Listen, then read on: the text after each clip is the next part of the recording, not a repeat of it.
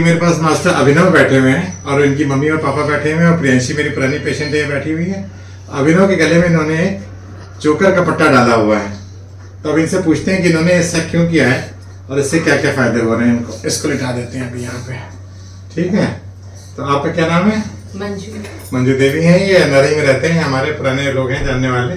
और इसको अब बताइए कि ये आपने जो पहनाया हुआ है, ये चोकर का पट्टा आपने मुझे बताया, चोकर जो आटे से निकलता है, जी। आटे को उसमें बांध के इनके गले में बांध दिया गया है। और ये अब आप बताइए, हंसली उखड़ने की वजह से इन्होंने डाला था, जी।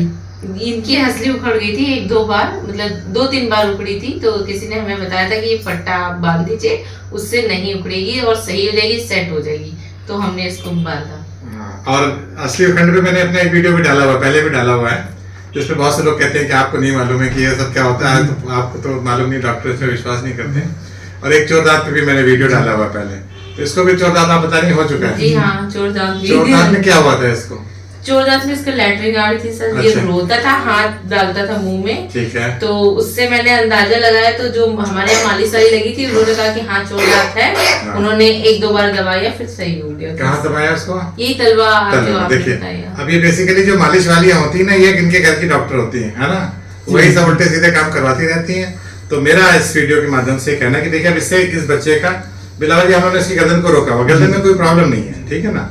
तो असली उखड़ने से का चोरदांत, सनसन डिब्बा जिसपे यहाँ पर वो लगा देते हैं, ये सारी चीजें पुरानी पद्धति थी, उस जमाने में था जब इलाज नहीं होता था किसी चीज का, ठीक है ना।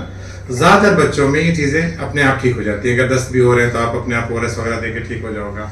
और हंसली उखड़ने का मतलब है कि अगर हड्डी उखड़ रही तो वो डॉक्टर ही देखेगा, वरना अक्सर बच्चे यूं ही रोते हैं और उसको फिर हंसली उखड़ने का, चोरदांत का, सनसन डिब्बे का, इसका ये जब करते हैं तो ये चीजें गलत हैं।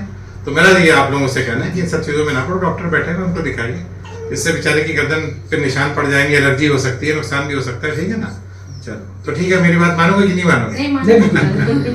चलिए ठीक है दोस्तों। डॉक्टर ये बातें हम लोग तो माने, बड़े बुजुर्गों को कैसे समझाएं? नहीं देखिए, बड़े बुजुर्ग तो बहुत सी चीजें हम उनको आप ये कह दो कि भाई हमारे डॉक्टर जब कह रहे हैं तो हम डॉक्टर की बात मानें। वो बोलते हैं कि आप लोग ज्यादा बड़े हो, हमसे ज्यादा, हमने तो 4 बच्चे पाले, तुमने 2 ही बच्चे में परेशान हो। ठीक है, बात उनकी जायज है, मगर ये कि उनसे कह दो कि जब ये उस जमाने की पद्धति है जब ट्रीटमेंट नहीं होता था, ये जैसे ये बना हुआ देखिए आप, उस जमाने में देते थे, आज के जमाने में उस समय आधुनिकता नहीं थी, तो अब जब अवेलेबल है तो फिर उसको होना चाहिए, ठीक है ना।